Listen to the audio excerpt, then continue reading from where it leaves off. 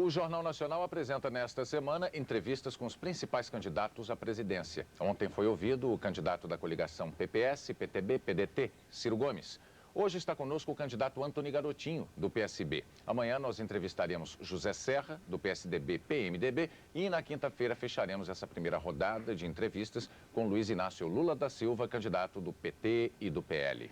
A ordem das entrevistas foi decidida em sorteio e uma nova rodada está marcada para o fim de setembro. Os candidatos pediram que nós registrássemos no ar que eles não usarão as entrevistas, nem partes delas, na propaganda eleitoral obrigatória na TV. O tempo de cada entrevista é de 10 minutos, com tolerância máxima de 30 segundos. Se o candidato ultrapassar esse tempo, a entrevista será interrompida para não prejudicar os outros candidatos. Boa noite, candidato Garotinho.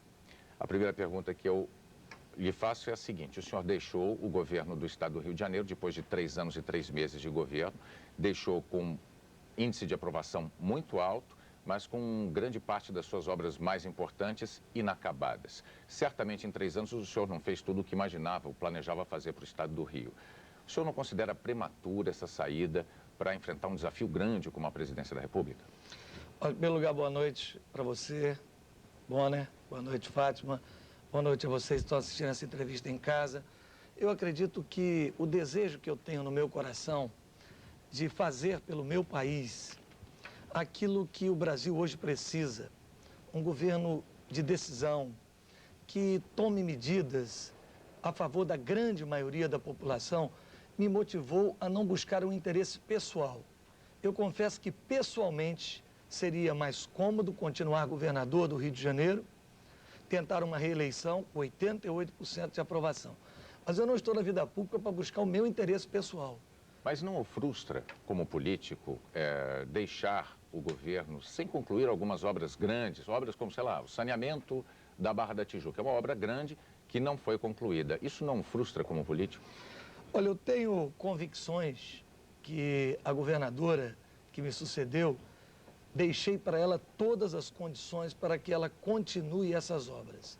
Se por incapacidade gerencial ou qualquer outro problema ela não levar adiante, eu tenho certeza que a governadora que vai sucedê-la levará adiante. Eu acho que nesse momento, colocar a minha candidatura como uma alternativa para o Brasil, uma alternativa de fazer um governo de mudanças, mas sem ódio, sem radicalismo, um governo que devolva ao país esperança, otimismo, é tudo o que eu quero e acho que é tudo que o Brasil precisa. Candidato, a segurança pública foi o carro-chefe da sua campanha para o governo do Rio e a situação hoje ainda é gravíssima. No que o senhor acha, onde o senhor acha que o senhor errou? Olha, eu investi muito em segurança pública e vocês são testemunhas. Eu aumentei em 50% o efetivo da Polícia Militar do Rio de Janeiro. Eu comprei 3.000 novas viaturas para a polícia, treinei os policiais e dei, em média, um aumento de 70% para os vencimentos dos policiais. Então, onde é que está o problema? Pus para fora mais de 1.000 policiais corruptos. Houve uma certa melhora. Ninguém pode duvidar que, em relação a 100 dias atrás, a situação se deteriorou no Rio de Janeiro. E, na minha opinião, foi a quebra de um princípio fundamental em segurança pública, o princípio da autoridade. Agora, candidato, então o senhor não acha que esse esquema que foi montado pelo senhor teria sido muito frágil para que em apenas 3 meses ele desmoronasse assim?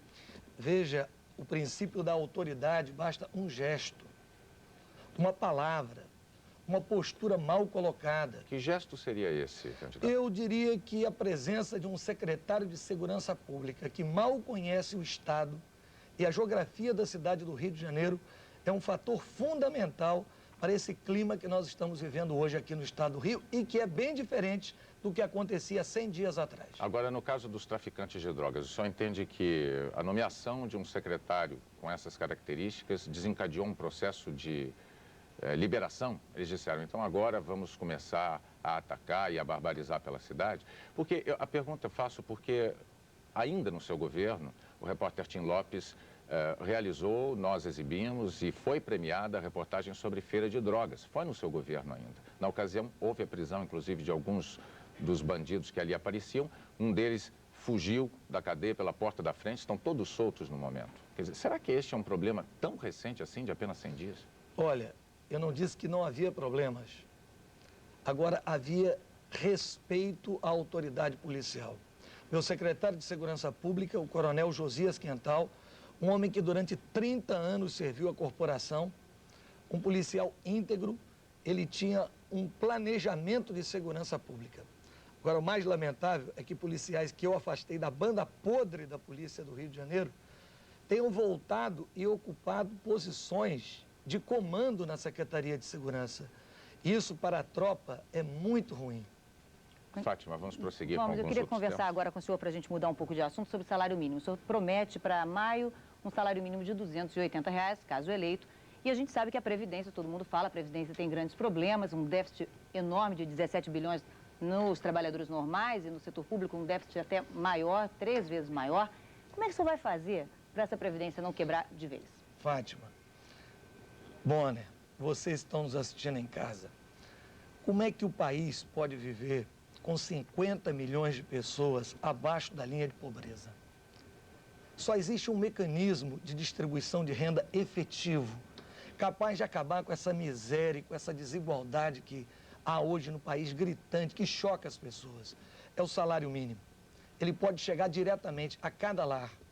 A questão da Previdência Social, que é grave e que precisa ser tratada, ela pode ser enfrentada de várias formas. Primeiro, levantamento da própria Previdência mostrou que de cada 4 aposentadorias concedidas, uma é fraudada. Dos 71 milhões de trabalhadores economicamente ativos, apenas 29 contribuem para a Previdência Social. E claro que aumentando o valor do salário, nós vamos aumentar também o valor da arrecadação da Previdência Social. Agora, candidato, o senhor está prometendo para maio. Não seria muito pouco tempo, de janeiro a maio, para o senhor corrigir esses problemas históricos do salário mínimo? Mas também há a possibilidade de nós remanejarmos recursos do orçamento de áreas que não são prioritárias para o salário mínimo. O salário mínimo é vital. E, aliás, essa não é uma promessa minha. Dar $100 de salário mínimo para o trabalhador brasileiro, eu estarei cumprindo uma promessa que Fernando Henrique fez e não cumpriu. Agora, candidato, o senhor fala em remanejamento de orçamento, mas o fato é que o orçamento hoje ele é contingenciado, ou seja, numa tradução para o público, muito do orçamento tem uma destinação obrigatória por lei. Né? Tem a questão da educação, por exemplo. Saúde. Saúde. E como é que o senhor faz? Qual é a manobra que o senhor tem ali dentro? Mas eu garanto a você, e eu tenho certeza que o telespectador que está assistindo, ele vai ficar muito mais satisfeito, muito mais feliz em ver uma obra de estrada, que muitas vezes é superfaturada, deixar de ser feito, para que os trabalhadores do Brasil tenham um salário decente. Como é que você imagina, William Bonner, como é que você, trabalhador brasileiro, imagina que a 11ª economia do mundo tem um salário menor do que o Uruguai, menor do que o Paraguai? Então essa é a nossa prioridade, nós não abriremos mão disso. Correto, candidato. Agora, esse tipo de modificação orçamentária depende também de aprovação do Congresso, não é Sim. isso? O senhor é de um partido que pode ser considerado pequeno dentro do Congresso Nacional, o PSB. Como é que o senhor se prepara para conseguir apoio dentro do Congresso para negociar esse tipo de situação? Eu tenho certeza que os deputados não ficarão insensíveis a esse grave problema que atinge a maioria dos trabalhadores brasileiros. Só queria mais uma coisinha. Se fosse tão simples assim, o senhor não acha que qualquer político gostaria de ter no seu currículo o fato de ter elevado significativamente o salário mínimo, ou então de ter resolvido a questão da Previdência? Quer dizer, até hoje, por que então não teria sido feito? Você deve perguntar a outras pessoas, porque eu no Rio de Janeiro fiz. O senhor acha que Você então sabe realmente... que aqui no Rio de Janeiro, quando a lei foi autorizada, eu permiti que o Rio de Janeiro tivesse um piso salarial diferente de todo o Brasil. Tudo o que acusavam que ia dar errado, não deu errado. A indústria do Rio de Janeiro não andou para trás, não quebrou a economia do Rio de Janeiro. Pelo contrário, a economia do Rio de Janeiro cresceu quando houve a flexibilização para que cada estado estabelecesse o seu salário. Mas o Rio já tinha, àquela altura, renegociado sua dívida. A questão previdenciária no Rio é uma questão diferente da Previdência Federal, por assim dizer. Não é isso, candidato? Não, eu acho que cada caso é um caso. E para este caso do salário mínimo, há jeito. Olha, você sabe que eu sou uma pessoa que tenho muita fé em Deus, muita fé no meu país e no povo brasileiro. E eu tenho certeza que o que o Brasil precisa é de um presidente assim. Por isso eu estou me dispondo a colocar a minha candidatura e tenho confiança que esse salário mínimo vai movimentar o comércio vai vender mais, o comércio vendendo mais vai aquecer a indústria e nós vamos sair desse ciclo de miséria e vamos entrar numa era de prosperidade. Candidato, o senhor censurou a exibição de algumas gravações feitas de conversas telefônicas suas que seriam usadas possivelmente contra o senhor. Por que a censura? Depois liberei. Elas foram liberadas. Mas não para todos. A Globo ainda. pode usar? Hã? A Globo pode usar? Eu liberei aquelas que não continham nada de caráter pessoal das pessoas que foram gravadas. Isso vale para a TV Globo também? Isso vale para todos aqueles que mostrarem o conteúdo das gravações e se elas não tiverem nada de pessoal, eu teria o maior prazer de liberar. Porque o que houve é que esse cidadão que responde a 39 processos, inclusive 2 condenações por sonegação fiscal e falsificação de notas frias, ele gravou conversas íntimas de colaboradores meus, conversando assuntos pessoais. Longe do nosso interesse utilizar essas partes. Então está assumido um compromisso, nós vamos mostrar. Antes de encerrar, nós precisamos fazer ao senhor a última pergunta, porque o tempo está se esgotando. Fátima. Eu gostaria que o senhor dissesse o que o senhor não pôde fazer no Rio de Janeiro, o que o senhor gostaria de fazer assumindo a presidência do Brasil. Eu quero construir um amplo programa de casas populares, usando o dinheiro da caderneta de poupança e do fundo de garantia. Nós precisamos ter uma política habitacional firme no nosso país e quero fazer um amplo programa educacional para os nossos jovens. Muito obrigada pela sua participação aqui no Jornal Nacional. O candidato Antônio Garotinho foi o nosso convidado de hoje. O segundo, amanhã, na ordem decidida por sorteio, será a vez de ouvirmos o candidato José Serra, da coligação PSDB-PMDB. Uma boa noite para todos vocês. Boa noite, candidato. Boa noite, até amanhã. Boa noite.